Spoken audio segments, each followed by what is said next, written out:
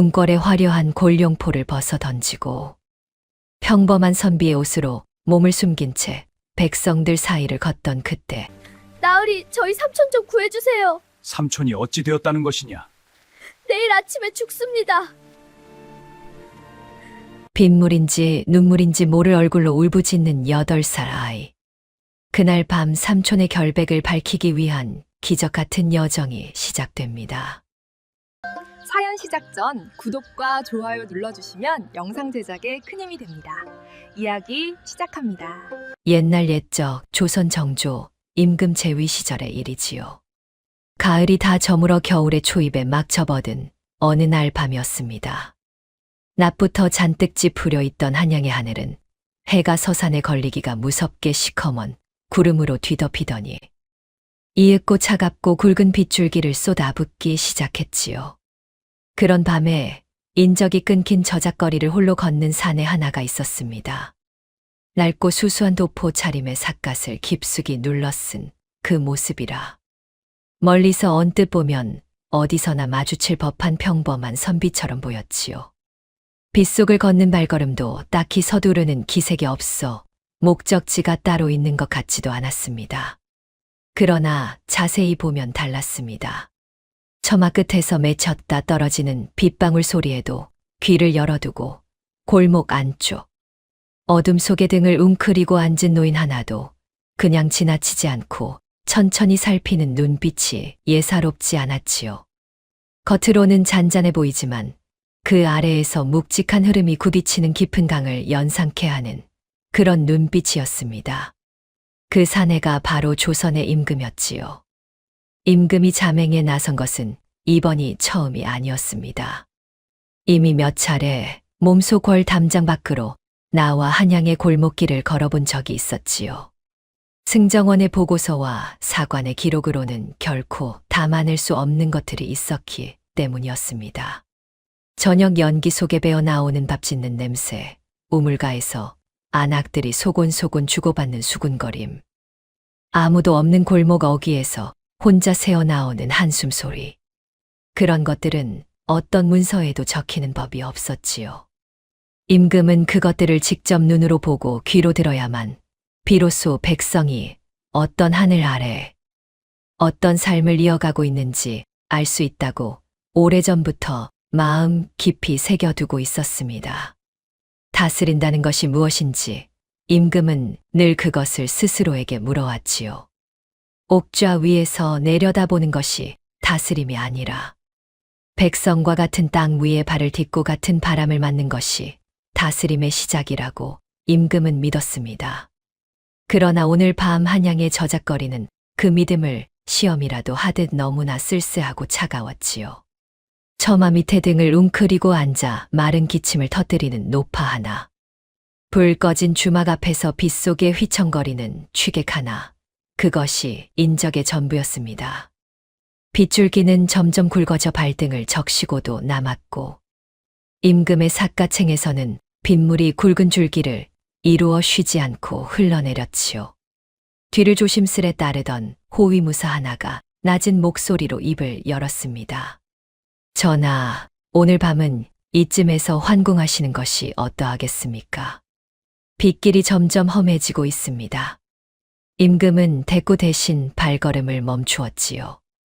빗소리와 삭풍 소리가 뒤섞인 어둠 속 저 멀리에서 뭔가 가냘픈 소리가 실려오는 것 같았습니다. 바람 소리라 하기엔 너무 가늘었고 짐승 소리라 하기엔 너무나 애달팠지요.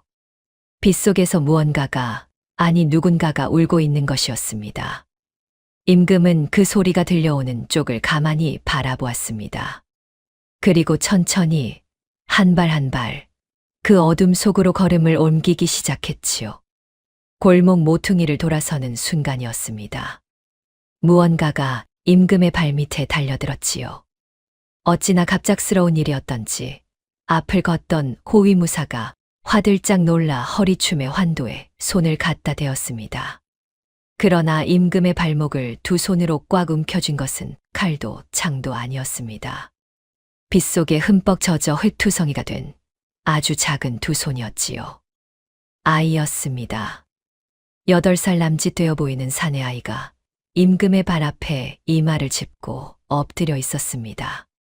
비에 젖은 머리카락이 이마에 찰싹 달라붙어 얼굴을 반쯤 가리고 있었고 흰 적삼은 물먹은 솜처럼 몸에 늘어붙어 있었지요. 날이 이미 차가운 때였건만 아이는 얇은 호토 차림 그대로였습니다. 작은 어깨가 덜덜 떨리는 것이 추위 때문인지 두려움 때문인지 아니면 너무 울어서인지 분간하기 어려울 지경이었지요. 나으리, 제발 저희 삼촌 좀 구해주세요. 목이 쉬어 갈라진 소리였습니다. 한 번만 외친 것이 아니었지요. 아이는 흙바닥에 이마를 박은 채 몇 번이고 그 말을 반복했습니다. 빗소리에 묻히지 않으려는 듯 온 힘을 다해 목청을 높였건만 그 소리는 오히려 더 처절하게 들렸지요. 임금의 옷자락을 쥔 두 손의 마디마디가 하얗게 질릴 만큼 힘을 주고 있었습니다. 호위무사 둘이 재빠르게 다가섰습니다. 이놈이 감히 행인의 앞을 막아서다니 썩 물러나지 못하겠느냐. 한 무사가 아이의 어깨를 잡아 떼어내려 했지요. 그러나 아이는 놓지 않았습니다. 오히려 더 단단히 옷자락을 움켜쥐며 고개를 들어 임금을 올려다보았습니다. 그 눈이 임금의 시선을 붙잡았지요. 눈물과 빗물이 뒤섞여 볼을 타고 흘러내리고 있었습니다. 입술은 차가운 빛 속에 오들오들 떨렸고 두 뺨은 울음으로 벌겋게 달아올라 있었지요. 허나 그 눈만은 달랐습니다. 젖은 눈꺼풀 아래에서 빛나는 눈동자가 너무나 또렷하고 맑았지요. 어른도 쉬 내보이기 어려운 간절함과 두려움, 그리고 무언가를 향한 단단한 의지가 그 작은 눈동자 안에 한꺼번에 담겨 있었습니다. 임금은 손을 들어 무사를 제지했습니다. 아이를 바라보는 임금의 눈빛이 부드러워지며 잠시 침묵이 흘렀지요. 빗소리만이 둘 사이를 채웠습니다. 삼촌이 어찌 되었다는 것이냐? 임금이 낮고 차분한 목소리로 물었습니다. 아이는 그 말 한마디에 참아왔던 것이 한꺼번에 터지는 듯 다시 오열하기 시작했지요. 내일 아침에 죽습니다. 나으리, 삼촌은 아무 죄도 없는데 내일 아침에 죽는다고요. 빗소리 속으로 아이의 울음이 길게 울려 퍼졌습니다. 골목의 어둠은 그 소리를 먹어 삼킨 듯 고요해졌고 임금은 그 자리에서 한동안 움직이지 않았지요. 호위무사들의 당혹감은 이만저만이 아니었습니다. 길가에서 모르는 아이를 만나는 것만 해도 이미 예상 밖의 일이거늘 임금이 발을 멈추고 그 아이와 눈을 마주친 채 대화를 나누고 있으니 속이 타들어가는 것이었지요. 언제 어디서 무슨 일이 생길지 모르는 것이 자맹의 두려움이었습니다. 어서 임금을 그 자리에서 떼어내야 했지요. 저나 저작거리에는 구걸하는 아이들이 많습니다. 아이의 딱한 처지는 안타깝사오나 지금은 환궁하시는 것이 먼저입니다. 무사 하나가 낮게 속삭였습니다. 그러나 임금은 눈길을 거두지 않았지요. 아이의 몰골은 참으로 말이 아니었습니다. 클투성이 얼굴, 해진 옷자락, 발은 맨발이었는지 흙으로 검게 물들어 있었지요. 그럼에도 아이는 무사들의 눈치를 보거나 겁을 먹지 않았습니다. 다시 한번 임금의 옷자락을 붙들고 애원할 뿐이었지요. 나으리, 제발 들어봐 주십시오. 삼촌은 나쁜 짓을 한 적이 없습니다. 저는 사실대로 다 말할 수 있습니다. 제발요. 그 목소리 안에는 분명 필사적인 간절함이 있었습니다. 허나 임금의 눈길을 잡아당긴 것은 간절함만이 아니었지요. 아이의 눈빛에는 단순한 애원을 넘어선 무언가가 있었습니다. 또렷하고 흔들림 없는 스스로 아는 것이 있는 자의 눈빛이었지요. 구걸하는 아이의 눈이 아니라 자신이 가진 패를 쥐고 판을 이으려는 자의 눈이었습니다. 임금은 몸을 낮추어 아이와 눈높이를 맞추었습니다. 이름이 무엇이냐? 아이는 잠깐 멈칫했다가 대답했지요. 윤이라고 합니다. 몇 살이냐? 8살입니다. 삼촌이 내일 죽는다 하였는데 어디에 갇혀 있느냐? 의금부라는 곳입니다. 억울하게 독약을 썼다는 누명을 쓰고 잡혀 있습니다. 짧고 간결한 대답이었습니다. 울음에 목이 메어 있으면서도 말은 조리가 있었지요. 임금은 천천히 몸을 일으켜 세우더니 삿갓 아래에서 아이를 한 번 더 내려다보았습니다. 아이의 몰골이 말이 아니구나. 일단 비부터 피하게 하라. 무사들은 서로 눈빛을 교환했지만 임금의 말을 거역할 도리가 없었지요. 한 무사가 마지못해 우솥을 벗어 아이의 어깨에 둘러주었습니다.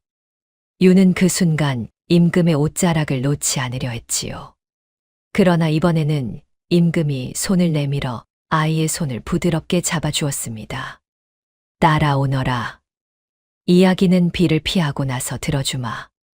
유는 잠깐 놀란 듯 눈을 크게 떴습니다.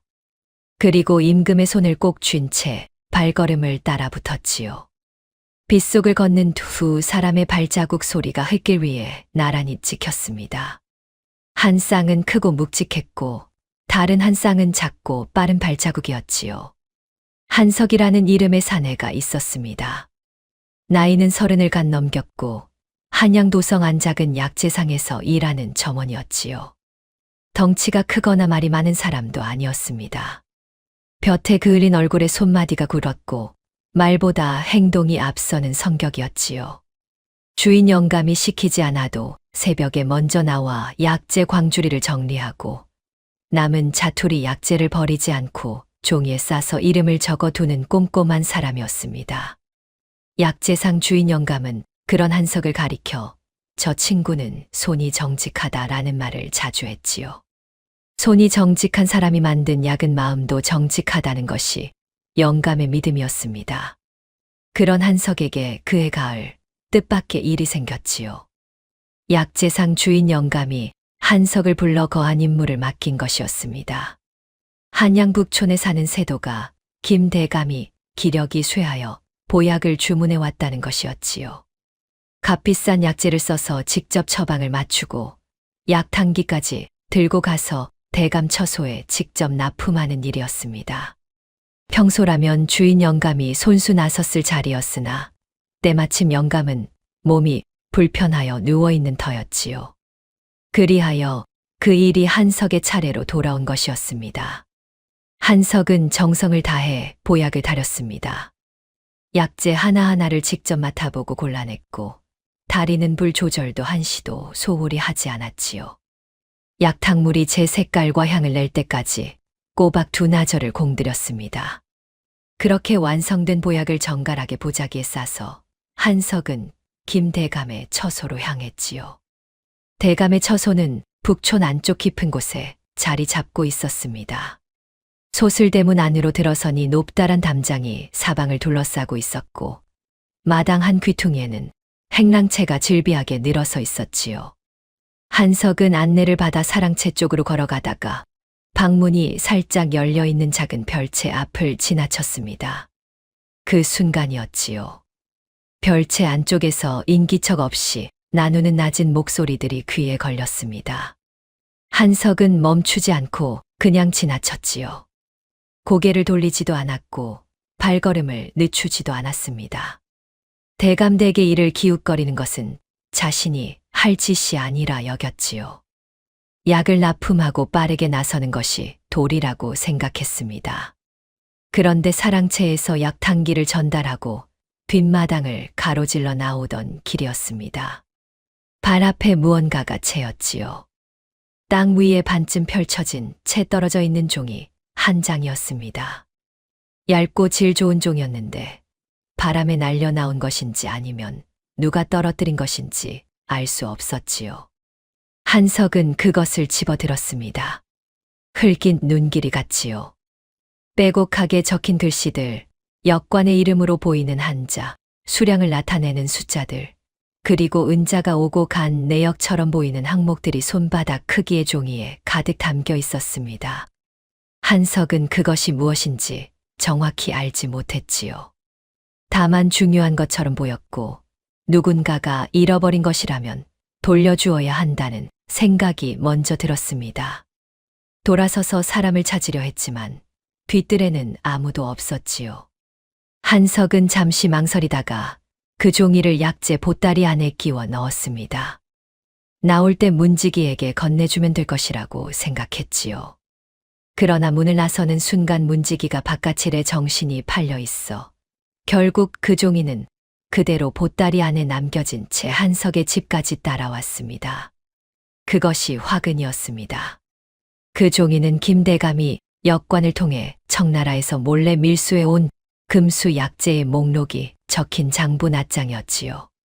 역관 이름과 물건의 수량, 은자를 주고받은 내역까지 빼곡히 적혀 있는 것이었습니다. 만약 이것이 임금의 눈에 들어간다면 김대감의 목이 달아날 수도 있는 증거였지요. 김대감은 장부낫장이 사라진 것을 알아채고 즉시 사람을 풀었습니다.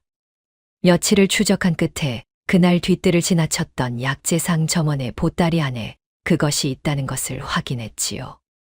아무것도 모르는 약재상 점원, 그러나 자칫 이 사실을 퍼뜨릴 수도 있는 위험한 존재였습니다. 김대감은 측근을 불러 조용히 명을 내렸지요.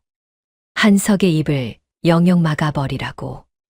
며칠 후 임금에게 보내는 보약을 준비하던 중 갑자기 몸져누운 김대감. 의관들이 달려와 진찰을 마치고는 독이 든 것 같다고 고하였지요. 의금부는 즉시 움직였고 가장 최근에 보약을 납품한 약재상 점원 한석이 포박되어 끌려갔습니다. 한석은 끌려가면서도 무슨 영문인지 알지 못했지요. 억울하다는 말 한마디 제대로 꺼내지 못한 채 의금부 옥 안에 갇혔습니다. 그날 밤 윤은 삼촌의 이름을 부르며 빈 방에 홀로 남겨졌지요. 윤이 삼촌 한석에게 맡겨진 것은 5살 때의 일이었습니다. 그해 봄 한양 도성 안팎을 휩쓴 역병이 윤의 어머니를 앗아갔지요.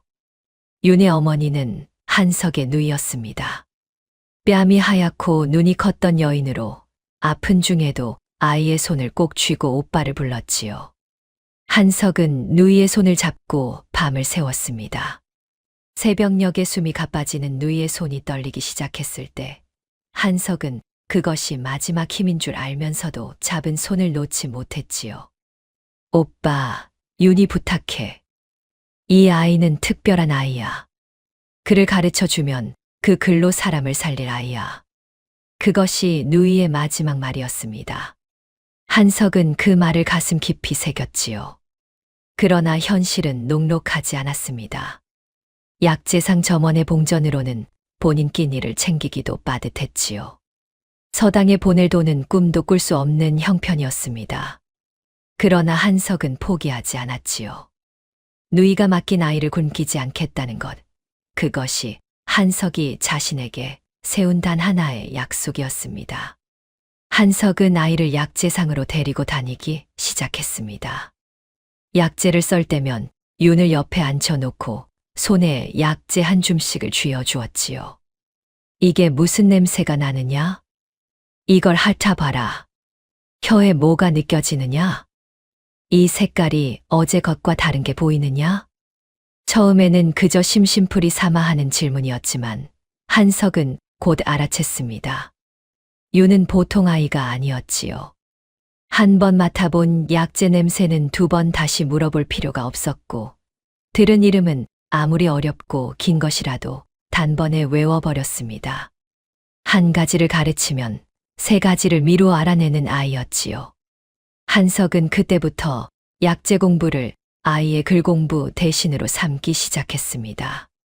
인삼, 당귀, 황기, 백출. 더 나아가 독성이 있는 약재들도 가르쳤지요. 어린 아이에게 독에 대해 가르치는 것을 주저하는 사람도 있었겠지만 한석은 그렇게 생각하지 않았습니다. 윤아, 약을 아는 사람은 독도 알아야 한다. 약이 되는 것과 독이 되는 것은 본디 같은 뿌리에서 나오는 법이야. 얼마나 쓰느냐, 어떻게 쓰느냐에 따라 사람을 살리기도 하고 죽이기도 하거든. 윤은 그 말을 가만히 되새기며 고개를 끄덕였지요. 어느 날 저녁 한석은 약재를 씻다 말고 윤을 불러 그릇 하나를 내밀었습니다. 뒤집어 보이며 말했지요. 독은 물에 섞었을 때보다 그릇에 발라서 말렸을 때 흔적을 찾기가 훨씬 어렵다. 물에 섞으면 흔들고 끓이는 과정에서 흔적이 퍼지거든. 그러나 그릇에 발라 말리면 겉으로는 깨끗해 보이지. 아무리 잘 말려도 완전히 없어지지는 않아. 결정이 아주 작게 남기 마련이야. 그러니 이상한 그릇을 만났을 때는 반드시 테두리부터 살펴라. 유는 그 말을 그릇을 들고 빛에 비추어 보며 들었습니다. 그 눈빛이 몹시 진지했지요. 그 가르침이 훗날 가장 결정적인 순간에 쓰이게 될 줄은 그때 아무도 알지 못했습니다. 빗속에서 임금의 소매를 붙들고 오열했던 그날 밤, 윤의 가슴 안에는 삼촌이 약재를 썰며 들려준 이야기들이 가득 쌓여 있었지요. 그것은 글도 아니었고 책도 아니었습니다. 그러나 그것은 윤이 가진 가장 단단한 무기였습니다. 임금이 윤을 데려간 곳은 궐 안 깊숙한 곳에 자리한 작은 별전이었습니다. 잠행에서 돌아올 때 임금이 몸을 씻고 잠깐 쉬어가는 용도로 쓰이는 곳이었지요. 규모는 작았지만 안은 단정하고 따뜻했습니다. 화롯불이 방 한가운데에서 타오르고 있었고 창호지 사이로 새어들어온 불빛이 방바닥을 은은하게 물들이고 있었지요. 밖에서 빗소리가 여전히 기왓장을 두드리고 있었지만 그 소리마저 방 안에서는 아득하게 들렸습니다. 공인 하나가 소반을 들고 들어왔지요. 소반 위에는 흰 쌀밥과 맑은 국, 그리고 몇 가지 반찬이 얹혀 있었습니다. 유는 소반이 자기 앞에 놓이는 순간 침을 꼴깍 삼켰지요. 언제 마지막으로 밥다운 밥을 먹었는지 기억이 가물거렸습니다. 삼촌이 잡혀간 뒤로는 아무것도 넘길 수가 없어 물 한 모금도 제대로 마시지 못한 터였지요. 먹어라. 임금이 짧게 말했습니다. 유는 잠깐 망설이다가 수저를 들었지요. 밥 한 숟가락을 입에 넣는 순간 눈물이 다시 차올랐지만 유는 입을 꼭 다문 채 억눌렀습니다. 지금은 울 때가 아니었지요. 임금은 윤이 밥을 먹는 모습을 조용히 지켜보았습니다. 그러다 문득 시선이 소반 한쪽에 놓인 약재 다발로 향했지요. 임금의 기력을 돋우기 위해 매일 수라상 곁에 올라오는 약재였습니다. 황기와 대추 그리고 몇 가지 뿌리 약재가 작은 소쿠리에 담겨 있었지요. 윤이 수저를 내려놓던 참에 약재 냄새가 코끝에 걸렸습니다. 고개를 들어 소쿠리를 바라보던 윤의 눈이 가늘어졌지요. 밥을 먹다 말고 소쿠리 쪽으로 고개를 내밀더니 천천히 코를 대었습니다. 기력을 보하시려는 약재이지요? 임금의 눈썹이 가볍게 올라갔습니다. 그런데 이 안에 섞인 작은 뿌리는 보통 대감들 드시는 보약과는 결이 다릅니다.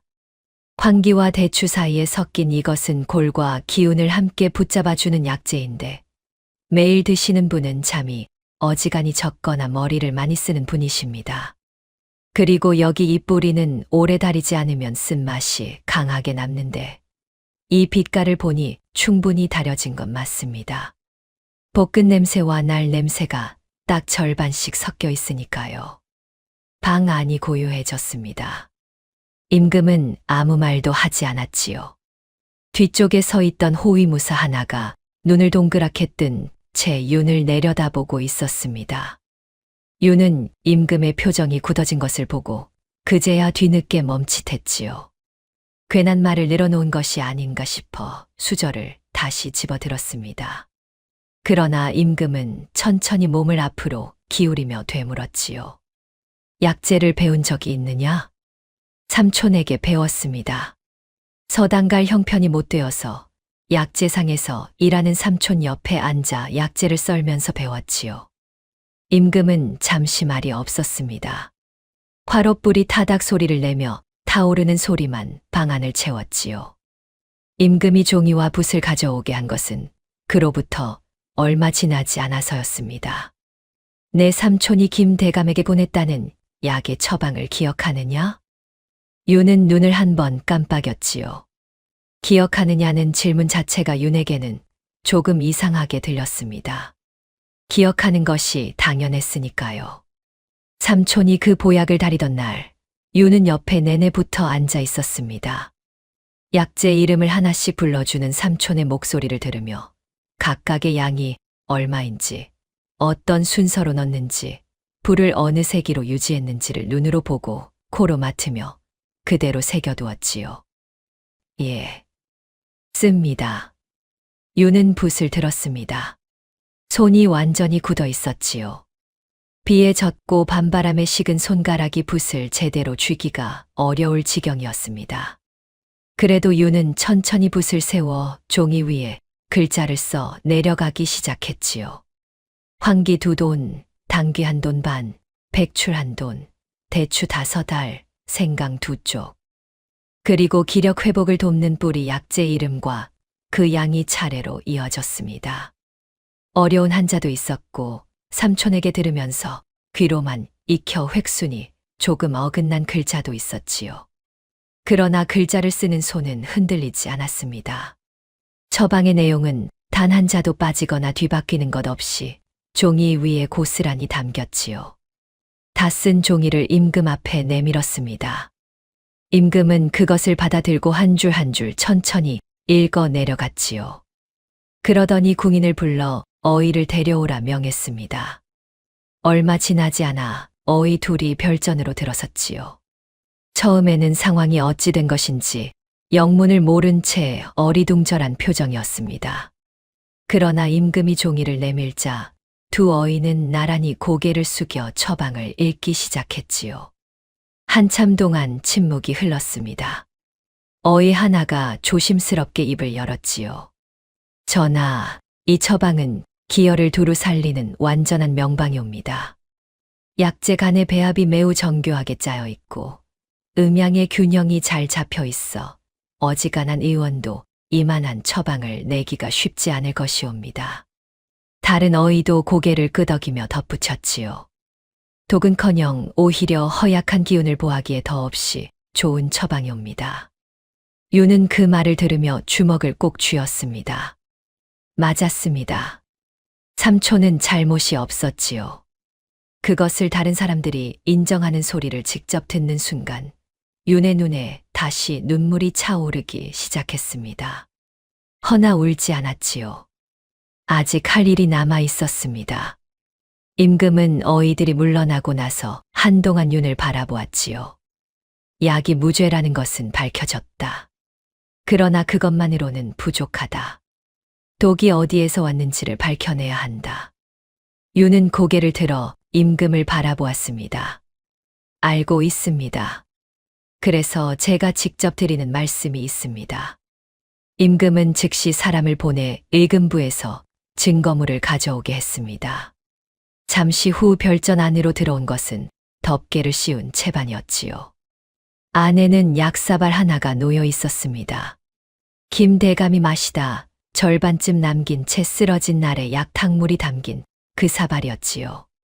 의금부에서 가장 중요한 증거물로 봉해 두었던 것이었습니다. 어이들은 이미 수차례 검사를 마쳤다고 했습니다.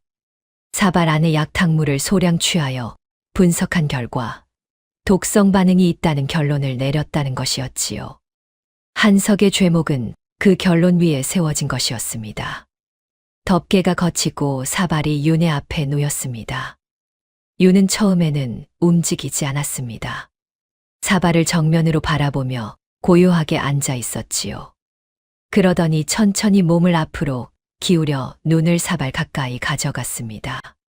사발 안에 담긴 탁한 약탕물을 내려다보다가 이번에는 시선을 올려 사발의 테두리로 옮겼지요. 임금도 말없이 지켜보고 있었습니다. 윤은 손가락 끝으로 사발을 집어들어 빛에 비추어 보기 시작했지요.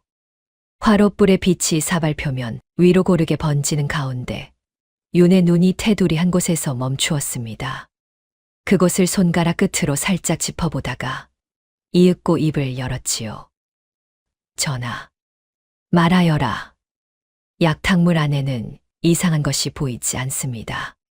색과 농도가 삼촌이 달인 약의 빛깔과 다르지 않습니다. 임금이 가만히 듣고 있었습니다. 그런데 이 사발에 입 닿는 테두리 안쪽을 보시면 아주 미세한 흰 결정이 맺혀 있습니다. 약탕물이 고인 바닥에는 없고 테두리에만 있지요. 임금이 몸을 낮추어 사발을 직접 들여다보았습니다. 처음에는 아무것도 보이지 않는 것 같았지요. 그러나 화롯불의 불빛 각도를 달리하자 테두리 안쪽에 아주 가늘고 미세하게 무언가가 맺혀 있는 것이 눈에 걸렸습니다. 임금은 천천히 사발을 내려놓으며 윤을 바라보았지요. 약탕물이 끓거나 식을 때 생기는 침전물이 아니겠느냐? 윤은 고개를 저었습니다. 약을 다릴 때 나오는 침전물은 바닥에 가라앉습니다. 테두리에 맺히는 법이 없지요.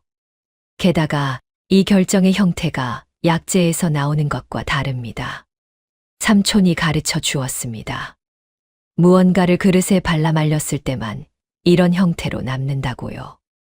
별전안이 조용해졌습니다.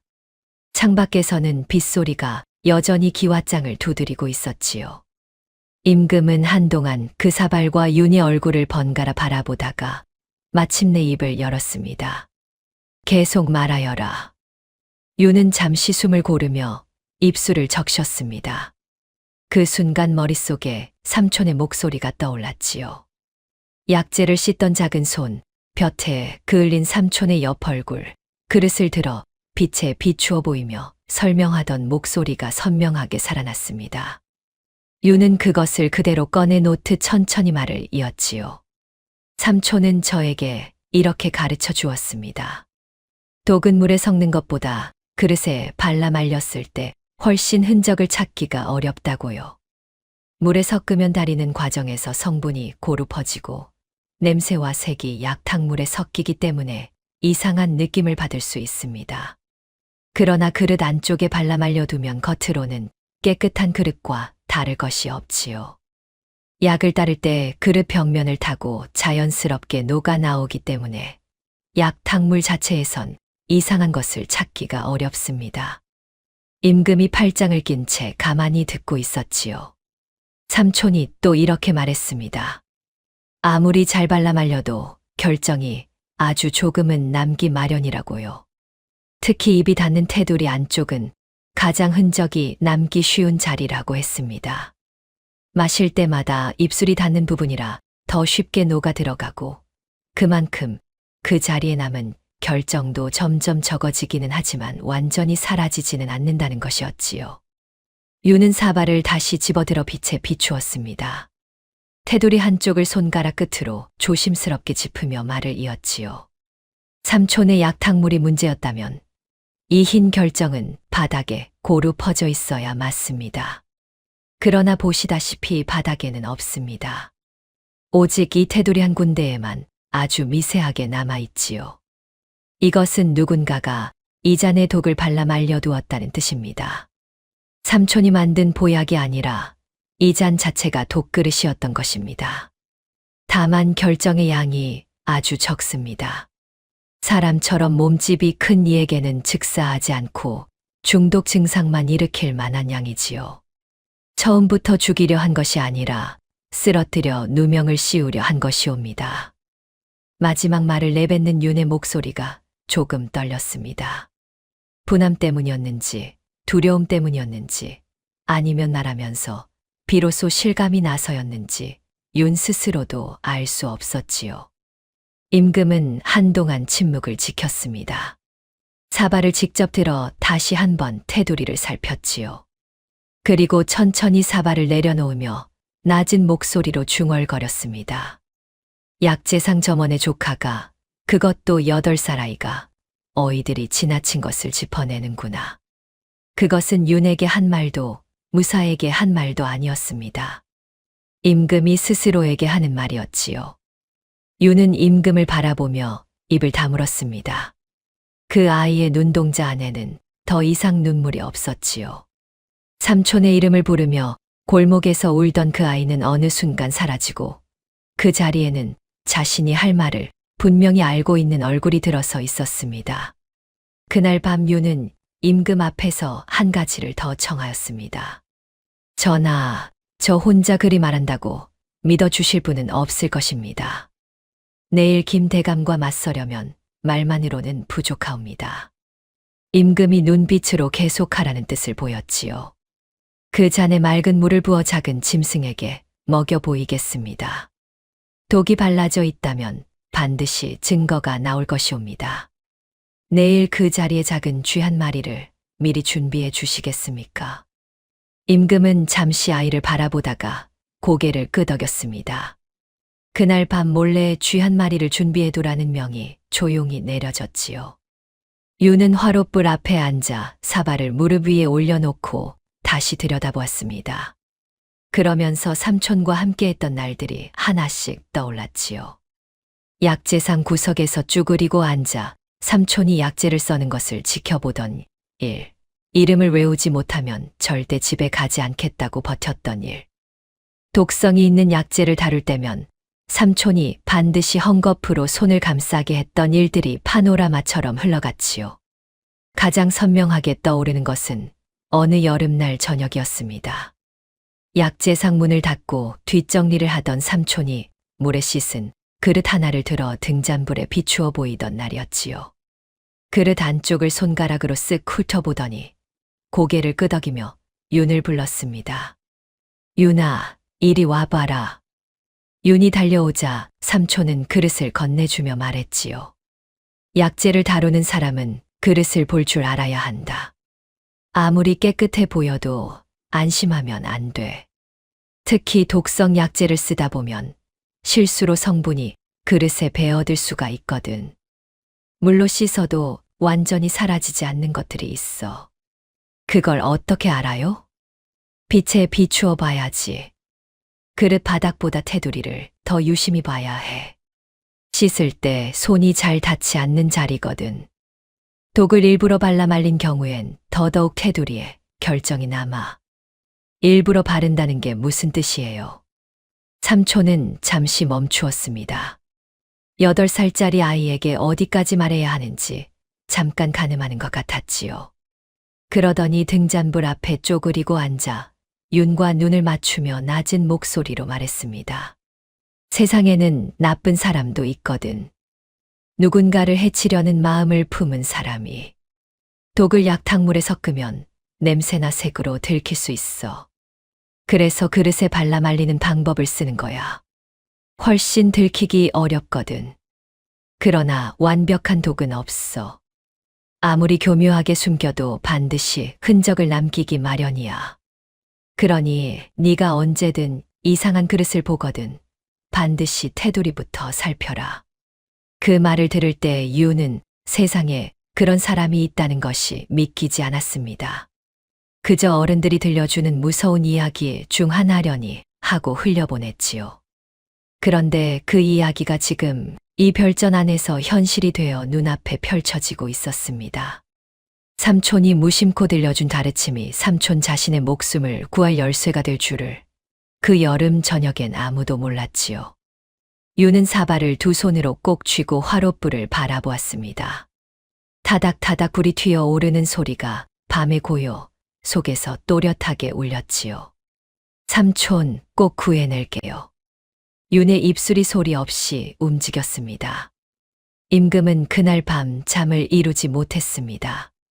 별전 한쪽에 자리를 마련해 눕힌 윤은 지쳐 쓰러지듯 금세 잠이 들었지요. 비에 젖고 굶주린 몸이 따뜻한 방바닥에 닿자마자 의식을 놓아버린 것이었습니다.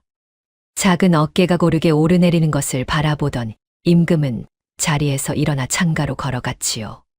창호지 너머로는 여전히 빗소리가 이어지고 있었습니다.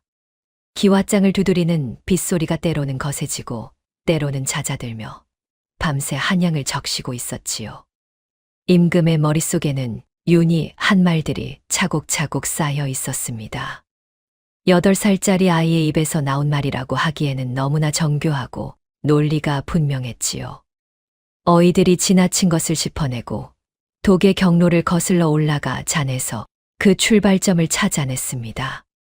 그것도 삼촌에게 귀로 들은 지식만으로요. 그러나 지식이 있다고 해서 내일의 싸움을 이길 수 있는 것은 아니었습니다. 김대감은 한양북촌에서 수십 년 동안 권세를 부려온 자였지요. 그의 말 한마디에 사람이 잡혀 들어가고 그의 눈짓 하나에 판결이 바뀌는 것을 임금은 이미 여러 번 보아왔습니다. 어린아이의 말이 아무리 옳다 한들 그 자리에서 꺾어버릴 방법을 김대감이 모를 리 없었지요. 임금은 조용히 측근을 불렀습니다. 내일 아침 이른 시각에 사람을 풀어라. 의금부의 명을 내려 한석의 차명을 정지시키고 김대감과 의관 둘 그리고 한석을 편전 뒤뜰로 불러들여라. 외부에 새어 나가지 않도록 극히 조심할 것이며 비밀 어명임을 반드시 주지시켜라. 분부 받들겠사옵니다. 그 외에 준비할 것이 있으시옵니까? 임금은 잠든 윤을 한번 돌아보았습니다. 살아있는 쥐 한 마리를 작은 대나무 통에 담아 준비해 두어라. 아무도 모르게. 측근은 고개를 갸웃거렸지만 군말 없이 물러났지요. 임금은 다시 창가에 서서 빗소리를 들었습니다. 머릿속에서는 내일 있을 대면의 장면들이 하나하나 그려지고 있었지요. 김대감이 자작극을 꾸몄다면 그것이 단순히 약재상 점원 하나를 없애기 위한 것일 리 없었습니다. 그 뒤에 더 큰 무언가가 있을 것이었지요. 한석의 약재 보따리 안에서 발견된 장부낫장, 역관을 통한 밀수 이야기. 임금은 그것들을 머릿속에서 차근차근 엮어보았습니다. 작은 아이 하나가 빗속에서 소매를 붙잡지 않았다면 이 모든 것이 그냥 묻혀버렸을 것이었지요. 임금은 문득 의금부에서 올라온 압수 물목 보고서 한 줄을 떠올렸습니다. 한석의 약재 보따리 안에서 나온 종이 한 장. 역관의 이름과 수량이 적혀 있다는 그것이었지요. 내일 아침 그 종이를 직접 확인해 보아야겠다고 임금은 조용히 마음을 굳혔습니다. 임금은 그 생각이 드는 순간 가슴 한쪽이 서늘해지는 것을 느꼈습니다. 새벽녘이 되어서야 임금은 자리에 앉아 눈을 감았습니다. 그러나 잠은 끝내 오지 않았지요. 이튿날 아침이 밝았습니다. 간밤의 빗속에 씻긴 하늘은 맑게 개어 있었지만 공기는 차갑고 날이 서 있었지요. 서리가 앉은 뒤뜰의 흙바닥은 밟을 때마다 서걱서걱 소리를 냈고 나뭇가지 끝에 맺힌 물방울들이 하나씩 떨어져 내렸습니다. 뜰 한쪽에 선 노송의 가지가 새벽 바람에 느릿하게 흔들렸지요. 그 소리 말고는 아무 소리도 없었습니다. 편전 뒤뜰에는 이른 아침부터 사람들이 모여들기 시작했지요. 의관 둘이 먼저 들어서며 자리를 잡았습니다. 두 의관은 서로 눈길을 교환하며 낮은 목소리로 무언가를 주고받았지요. 갑작스러운 어명에 불려 나온 것 치고는 표정이 불안했습니다. 어젯밤 사발 안의 독 반응을 결론 내린 것이 자신들이었던지라 이 자리가 어떤 방향으로 흘러갈지 가늠이 서지 않는 눈치였지요. 대신 세 명이 뒤이어 들어섰습니다. 저마다 두꺼운 도포를 단단히 여미고 있었는데 새벽 서리 때문인지 아니면 이 자리에 낯선 기운 때문인지 어깨가 잔뜩 움츠러들어 있었지요. 한 대신이 뜰 안을 한 바퀴 둘러보다가 미간을 찌푸렸습니다. 편전 뒤뜰에 이런 자리가 마련된 것이 심상치 않다는 것을 눈치챈 것이었지요. 그 다음으로 포졸에게 이끌려 한석이 들어왔습니다. 한석은 며칠째 의금부옥에 갇혀 있었던 터라 낯빛이 흘처럼 잿빛이었지요. 눈 주위가 파랗게 부어 있었고 두 손목에는 포박의 흔적이 붉게 남아 있었습니다. 머리카락은 헝클어져 이마를 반쯤 덮고 있었고 입술은 바싹 말라 있었지요. 뜰 안으로 발을 들이며 주위를 두리번거리는 한석의 눈빛에는 억울함과 두려움이 뒤섞여 있었습니다. 대신들이 서 있는 것을 보고 무언가를 직감했는지 등이 곧게 펴졌지요. 끌려다니는 자세가 아니라 서려는 자세였습니다. 포졸이 어깨를 눌러도 한석은 고개를 꼿꼿이 들고 있었지요. 마지막으로 들어선 것은 김대감이었습니다. 비단 도포에 옥관자를 꽂은 차림이 흠 하나 없었지요. 걸음걸이도 여유로웠습니다. 새벽에 갑작스러운 어명을 받고 불려 나온 것 치고는 지나치다 싶을 만큼 태연했지요. 소슬대문을 지나 뜰 안으로 들어서는 순간에도 얼굴에는 미소가 걸려 있었습니다. 대신들과 눈이 마주치자 가볍게 고개를 끄덕이며 인사를 건넸지요. 뒷뜰 안을 한 바퀴 둘러보며 의관들과 한석을 확인한 김 대감의 입가에 가느다란 미소가 걸렸습니다. 이미 결론이 난 사안이고 자신이 불리할 것이 없다는 확신이 그 미소 안에 담겨 있었지요. 참형을 하루 미루더니 이런 자리를 만드신 것이오? 이미 결론이 난 사안을 굳이 다시 들추시는 이유를 모르겠구려. 뒤에서 임금이 자리에 앉았습니다. 뒷뜰의 정중앙에 놓인 의자에 등을 세우고 앉은 임금의 얼굴은 밤새 잠을 이루지 못한 티가 전혀 없었지요. 그러나 눈빛은 어느 때보다 깊고 차가웠습니다. 대신들이 양쪽에 늘어서고 포졸들이 뜰 가장자리를 조용히 에워쌌지요. 김대감. 예, 전하. 오늘 이 자리는 억울한 자가 있는지 없는지를 밝히기 위한 자리요. 그러니 대감도 끝까지 자리를 지켜주시오. 김대감은 고개를 숙였지만 눈빛은 흔들리지 않았습니다. 오히려 그 말이 자신에게 유리하게 작용할 것이라는 듯 여유로운 표정을 거두지 않았지요. 임금이 손을 들어 가림막 뒤를 향해 천천히 손짓했습니다. 잠시 후 가림막 뒤에서 작은 발소리가 들리더니 윤이 뜰 안으로 걸어 나왔지요. 그 순간이었습니다. 자리에 늘어서 있던 대신 하나가 실소를 터뜨렸고 다른 하나는 어이없다는 듯 고개를 절레절레 흔들었지요. 의관들은 서로 눈빛을 교환하며 입을 가렸습니다. 8살 아이가 삿갓도 쓰지 않은 맨 얼굴로 뜰 한가운데를 향해 걸어 나오는 광경이 아무리 봐도 진지하게 받아들이기 어려웠던 것이지요. 한 대신이 낮은 목소리로 옆 사람에게 속삭였습니다. 전하께서 어젯밤 잠행에서 거둬온 아이라는데 이게 무슨 일인가? 그러나 윤은 그 웃음과 속삭임을 듣지 못한 것처럼 걸음을 멈추지 않았지요. 뜰 한가운데까지 걸어와 섰습니다. 새벽 찬 공기 속에서 뺨이 붉어져 있었지만 눈빛은 흔들림이 없었지요. 한석은 그 아이를 보는 순간 몸이 굳었습니다. 윤아. 한석의 입에서 가늘게 새어나온 그 한마디에는 놀라움과 두려움과 안도가 한꺼번에 뒤섞여 있었지요. 윤은 삼촌을 향해 눈길을 한 번 보냈습니다. 삼촌의 얼굴을 확인한 그 순간 눈물이 차오를 것 같았지만 윤은 입술을 꽉 깨물며 고개를 돌렸지요. 지금은 울 때가 아니었습니다. 뜰 한가운데에 멈추어 선 윤은 천천히 숨을 들이마시고 김대감을 향해 시선을 고정했습니다. 김대감은 윤을 내려다보며 가볍게 눈썹을 치켜 올렸습니다. 아이였지요. 어깨도 반밖에 안 오는 아이가 자신을 향해 똑바로 시선을 꽂고 서 있었습니다. 다른 날이었다면 그냥 웃어 넘겼을 광경이었지요. 그러나 임금이 직접 이 자리에 앉아 있었고 임금의 시선이 아이에게 머물러 있었습니다. 김대감은 가볍게 팔짱을 끼며 입을 열었지요.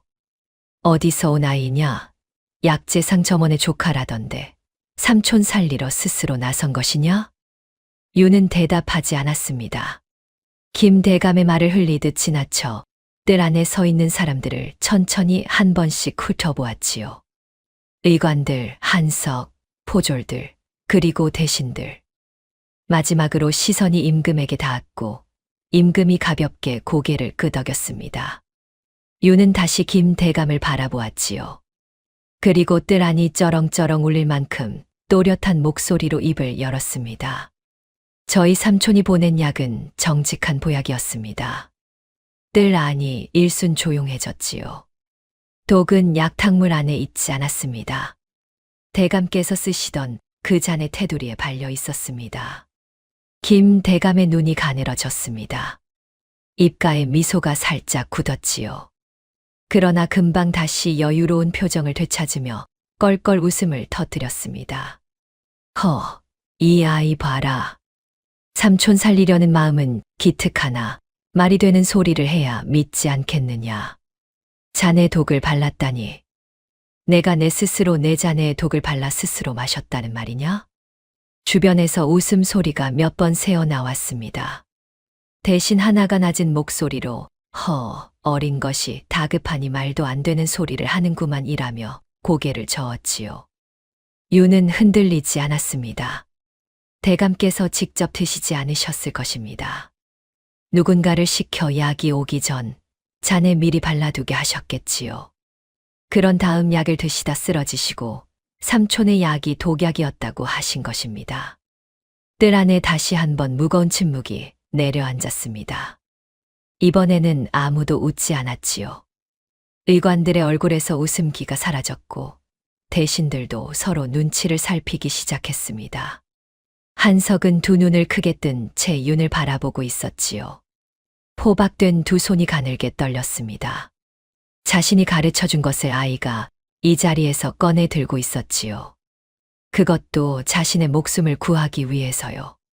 한석은 입술을 꽉 물었습니다.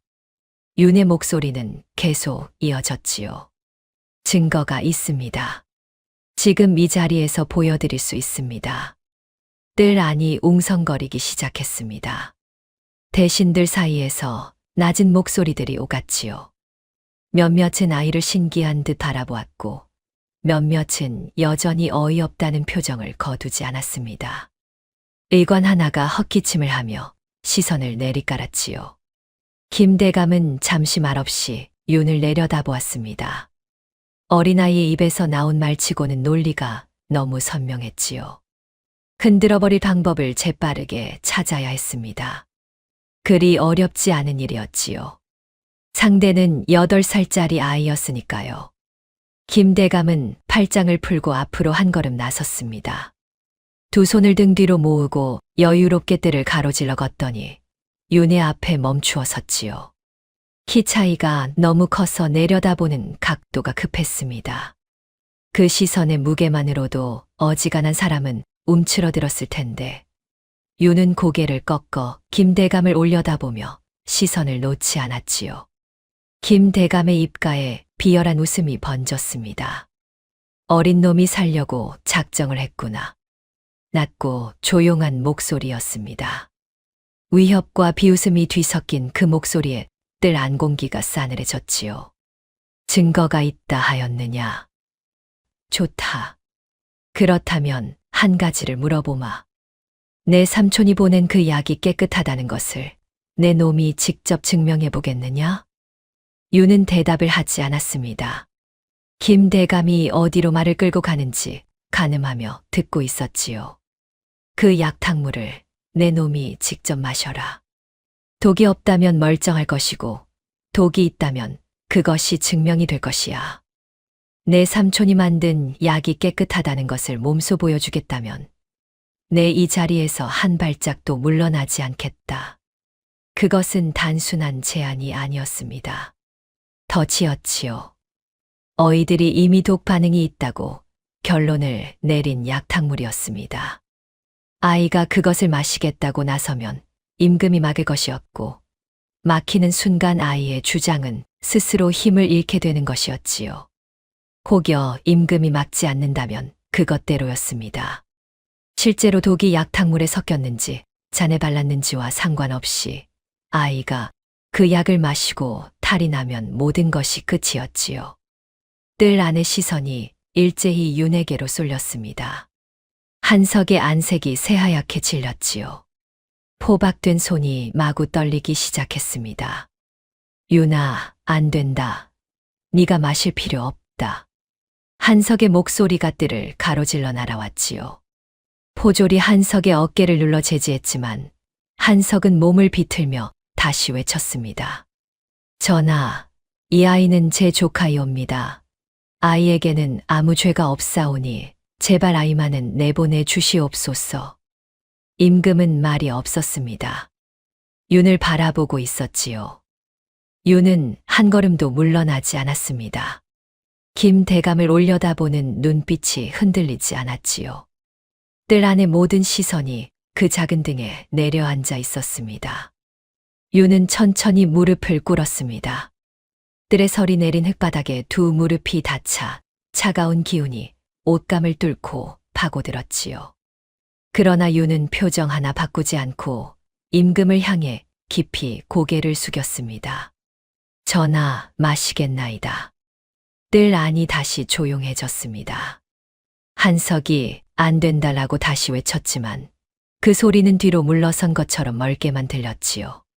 김대감의 눈빛이 미세하게 흔들리는가 싶더니 다시 제자리를 찾았습니다. 임금은 윤을 바라보며 아무 말도 하지 않았지요. 윤이 다음에 무슨 말을 할지 기다리는 것 같았습니다. 윤은 고개를 든 채 한마디를 더 얹었습니다. 다만 한 가지를 청하겠나이다. 말하여라. 임금의 목소리는 조용하고 단단했지요. 김 대감께서 쓰시던 그 잔에 담아 마시는 것이 아니라 전하께서 새로 내어주신 깨끗한 잔에 약탕물을 옮겨 담아 마시게 해 주십시오. 뜰 안에 잠깐의 침묵이 흘렀습니다. 그 짧은 침묵 안에서 사람들이 윤의 말을 곱씹기 시작했지요. 잔을 바꿔달라는 것이었습니다. 같은 약탕물을 마시는 것인데 왜 잔을 바꿔야 하는가? 그 질문이 뜰 안에 모인 사람들의 머릿속을 파고들었지요. 대신 하나가 옆 사람의 귀에 대고 낮게 속삭였고 의관 하나가 눈을 가늘게 뜨며 사발 쪽으로 시선을 옮겼습니다. 그제야 보이는 것이 있었지요. 독은 약탕물에 있는 것이 아니라 잔에 발라져 있다고 아이가 말했었습니다. 잔을 바꾼다는 것은 독의 경로를 완전히 차단하는 것이었지요. 약탕물 자체는 깨끗하므로 깨끗한 잔에 옮겨 담아 마시면 아이에게는 아무 탈이 없을 것이었습니다. 반대로 원래의 잔을 그대로 사용한다면 아이는 잔에 발린 독에 의해 해를 입게 되는 것이었지요. 잔을 바꿔달라는 그 한마디가 모든 것을 담고 있었습니다. 김대감의 안색이 변하기 시작했습니다. 여유롭게 유지되던 얼굴빛이 서서히 허물어지는 것을 뜰 안의 사람들이 하나둘 눈치채기 시작했지요. 입가에 미소가 자취를 감추고 눈빛이 흔들리더니 약탕물이 담긴 사발 쪽으로 저도 모르게 향했습니다. 그것을 본 임금의 눈이 가늘어졌지요. 윤은 여전히 무릎을 꿇은 채 임금을 바라보고 있었습니다. 두 손을 바닥에 짚고 고개를 숙인 그 자세 안에서 윤의 등은 곧게 펴져 있었지요. 임금은 천천히 입을 열었습니다. 새 잔을 가져오너라. 그 한마디가 내려지는 순간 김대감의 얼굴에서 마지막 남은 빛이 꺼졌습니다. 두 주먹이 도포 자락 안에서 쥐어지는 것을 뜰 안에 그 누구도 눈치채지 못했지요. 그저 포졸 하나만이 그 떨리는 주먹을 곁에서 보고 있었습니다. 궁인이 세 잔을 받쳐 들고 뜰 안으로 걸어 들어왔지요. 빛이 잘 드는 아침 햇살 아래에서 희고 깨끗한 잔이 반짝였습니다. 윤은 그 잔을 바라보며 천천히 몸을 일으켰지요. 이제 남은 것은 하나였습니다. 궁인이 세 잔을 소반 위에 내려놓았습니다. 윤은 그 잔을 두 손으로 들어 빛에 비추어 보았지요. 안팎이 고르게 희고 깨끗했습니다. 테두리에도 바닥에도 아무런 흔적이 없었지요. 윤은 고개를 끄덕이며 잔을 소반 위에 내려놓고 약탕물이 담긴 원래의 사발을 집어들었습니다. 탁하고 짙은 갈색의 약탕물이 새 잔 안으로 천천히 옮겨 담겼지요. 약재 특유의 쓴내와 달큰한 냄새가 서늘한 뜰 안 공기 속으로 퍼져나갔습니다. 윤은 사발을 내려놓고 새 잔을 두 손으로 받쳐 들었지요. 뜰 안의 모든 시선이 그 작은 손과 잔 위에 모였습니다. 한석은 두 눈을 질끈 감으며 고개를 돌렸지요. 차마 볼 수가 없었습니다. 삼촌으로서 아이에게 저 일을 시키는 것이 옳은 것인지, 아무리 약이 결백하다 해도 8살짜리의 몸으로 저 잔을 비워야 하는지, 그 생각이 가슴을 찌르는 것 같았지요. 포졸이 잡고 있는 손 안에서 한석의 팔이 부들부들 떨렸습니다. 임금은 팔걸이를 짚은 손에 힘을 주며 윤을 바라보았지요. 막아야 하는가, 지켜봐야 하는가. 그 짧은 순간에 임금의 머릿속에서 저울질이 이루어졌습니다. 그러나 윤의 눈빛이 그 저울을 고정시켰지요. 두려움이 없다는 것이 아니었습니다. 두려움이 있음에도 불구하고 나아가겠다는 것이 그 눈빛에 담겨 있었지요. 임금은 손을 들어 제지하지 않았습니다. 대신들과 의관들은 저마다 숨을 죽인 채 그 자리에 굳어 있었지요. 김 대감만이 달랐습니다. 겉으로는 여전히 팔짱을 낀 채 서 있었지만 그 눈빛이 잔에서 떠나지 못하고 있었지요. 이마 위로 아침 햇살이 내리쬐는데도 불구하고 김 대감의 안색은 점점 흑빛으로 가라앉고 있었습니다. 잔을 바꿔달라는 그 한마디의 의미를 이미 알고 있는 자의 얼굴이었지요. 유는 잔을 입 가까이 가져갔습니다. 쓴내가 코끝을 찔렀지요. 삼촌이 달인 약의 냄새였습니다. 황기와 당귀와 대추가 어우러진 그 냄새는 약재상에서 삼촌 옆에 쪼그리고 앉아있던 날들의 냄새이기도 했지요. 약재를 썰던 삼촌의 손, 볕에 그을린 삼촌의 옆얼굴, 약초 이름을 하나씩 불러주던 목소리가 그 냄새 속에 담겨 있었습니다. 그 냄새가 윤을 붙들어 주었지요. 두렵지 않다면 거짓말이었습니다. 손이 떨리고 있었지요. 잔을 쥔 손가락 끝에서 미세한 떨림이 느껴졌습니다. 그러나 윤은 눈을 감지 않았지요. 눈을 뜬 채 잔을 바라보았습니다. 삼촌의 약은 깨끗합니다. 그 한 가지 사실이 윤을 붙들어 주었지요. 윤은 잔을 기울였습니다. 약탕물이 입 안으로 쏟아져 들어왔지요. 쓰고 진하고 뜨거운 맛이 혀를 덮었습니다. 목구멍을 타고 내려가는 느낌이 뜨거웠지요. 윤은 멈추지 않았습니다. 한 번 기울인 잔을 내리지 않고 끝까지 비웠지요. 잔 바닥이 보이는 순간까지 멈추지 않았습니다. 빈 잔을 입에서 뗐지요. 윤은 고개를 숙이지 않았습니다. 빈 잔을 든 채 뜰 안을 바라보며 그대로 서 있었지요. 두 발이 서리 내린 흙바닥 위에 단단히 붙어 있었습니다. 장내에는 숨소리조차 들리지 않는 정적이 흘렀습니다. 아무도 말을 하지 않았지요. 아무도 움직이지 않았습니다. 뜰 안의 시간이 멈추어 버린 것 같았지요. 바람 한 점 불지 않았고 나뭇가지도 흔들리지 않았습니다. 노송가지 끝에 맺혔던 물방울 하나가 이윽고 떨어지는 소리만이 그 정적 안에서 또렷하게 울렸지요. 한석이 감았던 눈을 떴습니다. 윤을 바라보았지요. 윤은 서 있었습니다. 1각이 지났습니다. 2각이 지났지요. 의관 하나가 손에 쥐고 있던 소매를 스르르 내려놓았습니다. 다른 의관은 자기도 모르게 앞으로 반걸음 나섰지요.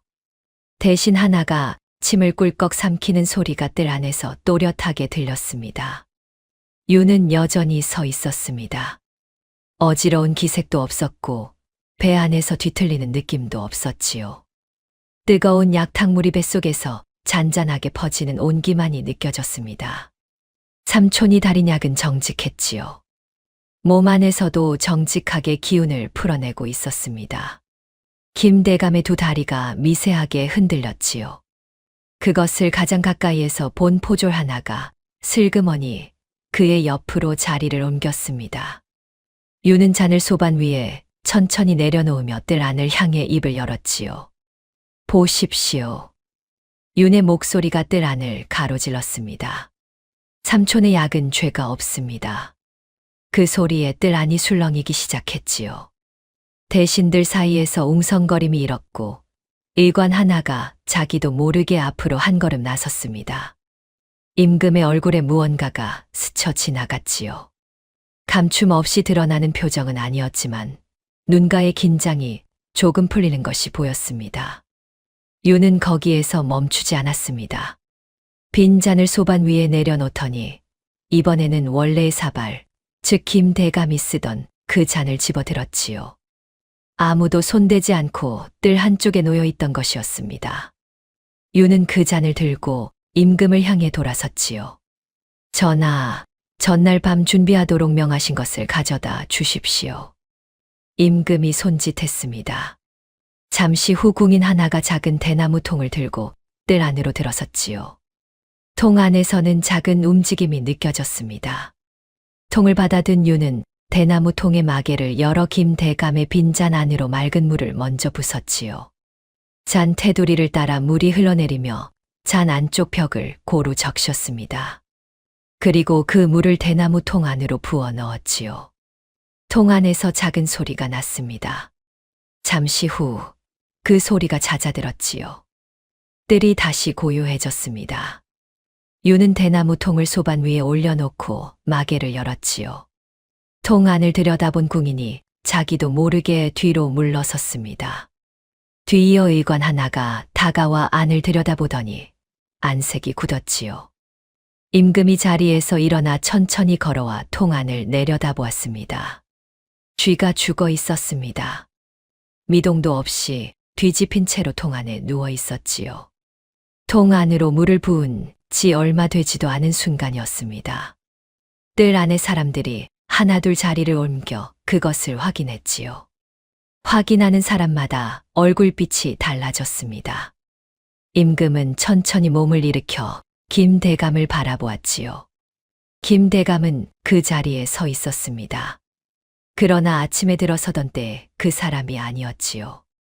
비단 도포도 옥관자도 그대로였지만 그 안에 들어있는 사람이 무너져 있었습니다. 얼굴은 낯빛이었고 이마에서 식은땀이 흘러내렸지요. 두 눈은 쥐가 든 대나무 통에 못 박힌 채 움직이지 않았습니다. 대감. 임금의 목소리가 뜰 안을 울렸지요. 할 말이 있소. 김대감의 입이 열렸다 닫혔습니다. 목구멍에서 무언가가 올라오는 것 같았지만 끝내 말이 되어 나오지 못했지요. 두 다리가 흔들리는 것을 주변 사람들이 보았습니다. 그때였지요. 윤이 한 걸음 앞으로 나서며 말했습니다. 전하, 한 가지 더 있사옵니다. 품 안에서 조심스럽게 접힌 종이 한 장을 꺼내 들었지요. 바로 한석이 김대감 처소에서 무심코 주워 약재 보따리 안에 끼워 두었던 그 장부 낫장이었습니다. 의금부에서 한석의 짐을 압수할 때 함께 봉인된 것을 임금이 전날 밤 미리 확인해 둔 것이었지요.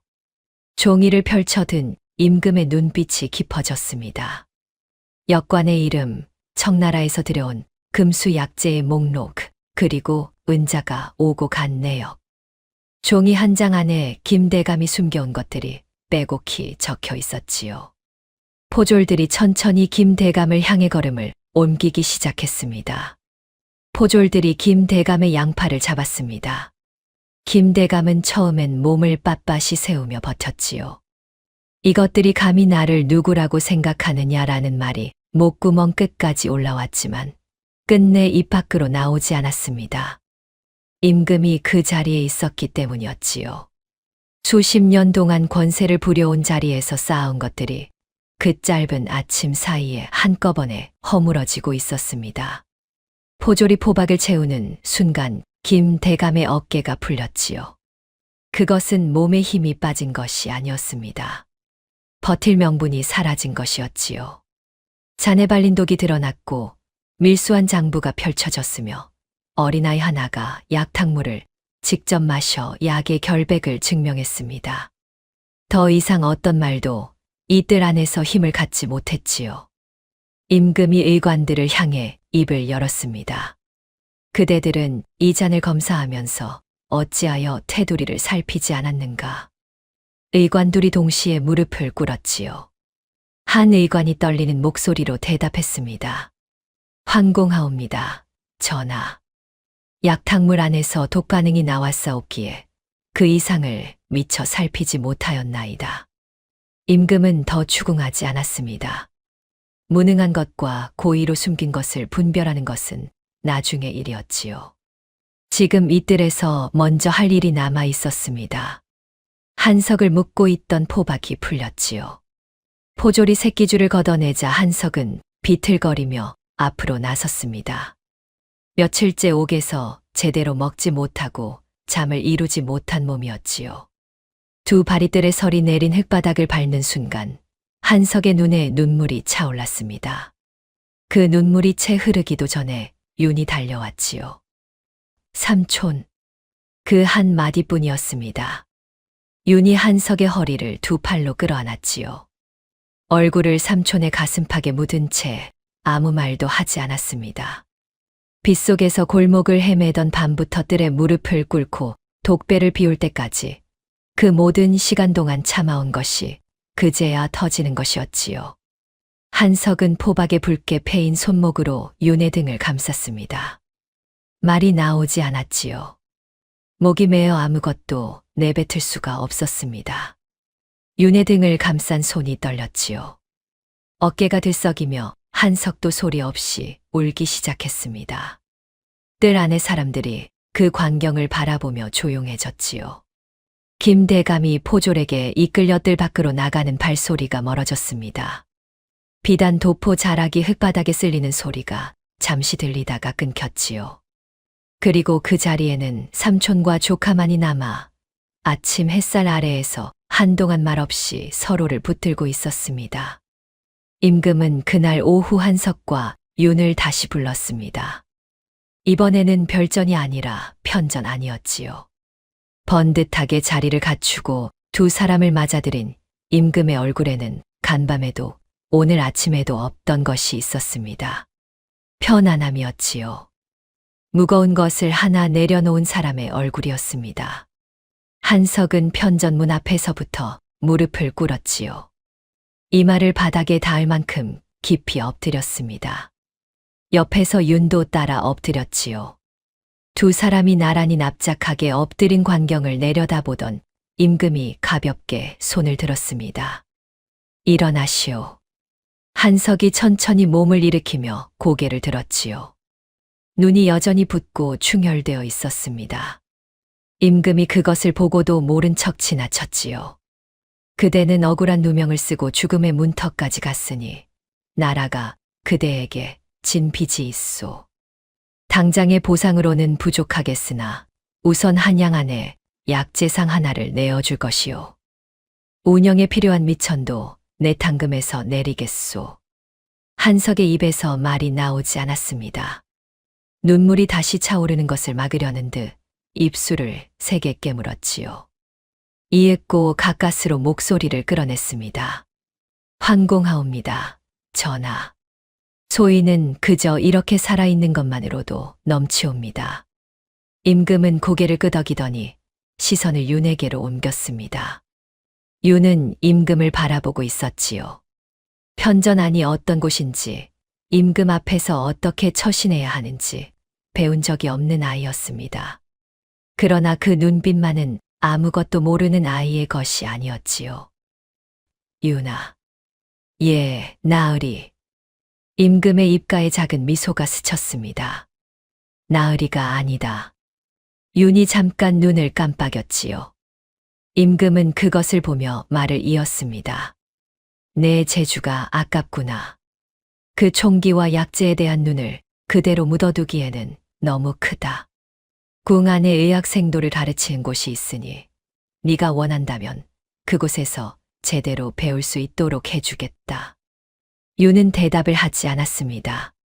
임금을 바라보다가 천천히 옆에 삼촌에게 시선을 돌렸지요. 한석이 윤을 내려다보며 고개를 끄덕였습니다. 눈에는 눈물이 맺혀 있었지만 입가에는 처음으로 웃음이 걸려 있었지요. 누이의 마지막 말이 떠올랐습니다. 이 아이는 글로 사람을 살릴 아이라던 말이었지요.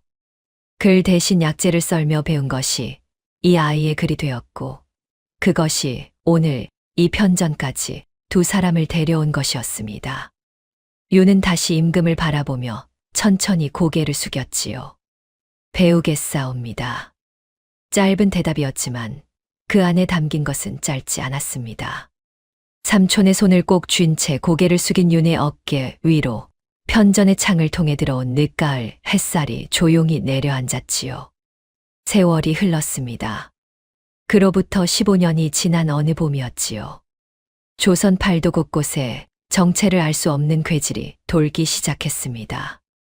열이 오르고 숨이 가빠지다가 사흘을 넘기지 못하고 목숨을 잃는 병이었지요.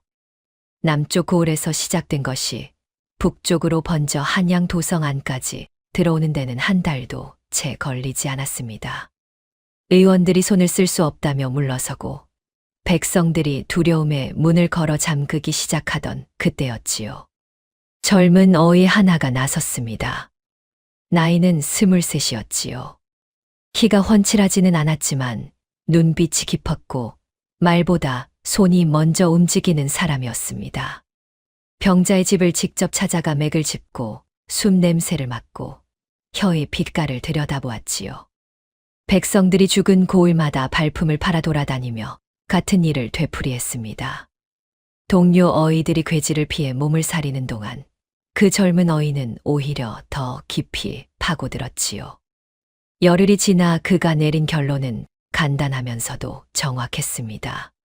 괴질의 뿌리는 고을 안 우물에 있었지요. 봄비에 둑이 허물어지면서 외양간 옆에 있던 오래된 구덩이에 물이 우물 안으로 섞여 들어간 것이었습니다. 물을 고여있게 하지 말 것, 우물을 석회로 씻어낼 것, 그리고 특정 약초를 끓여 마시게 할 것. 3가지 처방이 내려진 고을에서는 사흘 안에 새로 죽는 사람이 나오지 않았지요. 그 소문이 인근 고을로 퍼지고 고을에서 고을로 이어졌습니다. 젊은 어이의 이름이 백성들의 입에서 입으로 번져나갔지요. 윤이었습니다. 비 오는 밤 한양골목에서 임금의 소매를 붙잡았던 그의 8살 아이였지요.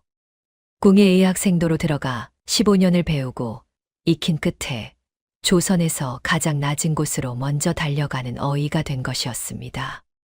한석은 한양 안에 약재상을 차렸지요.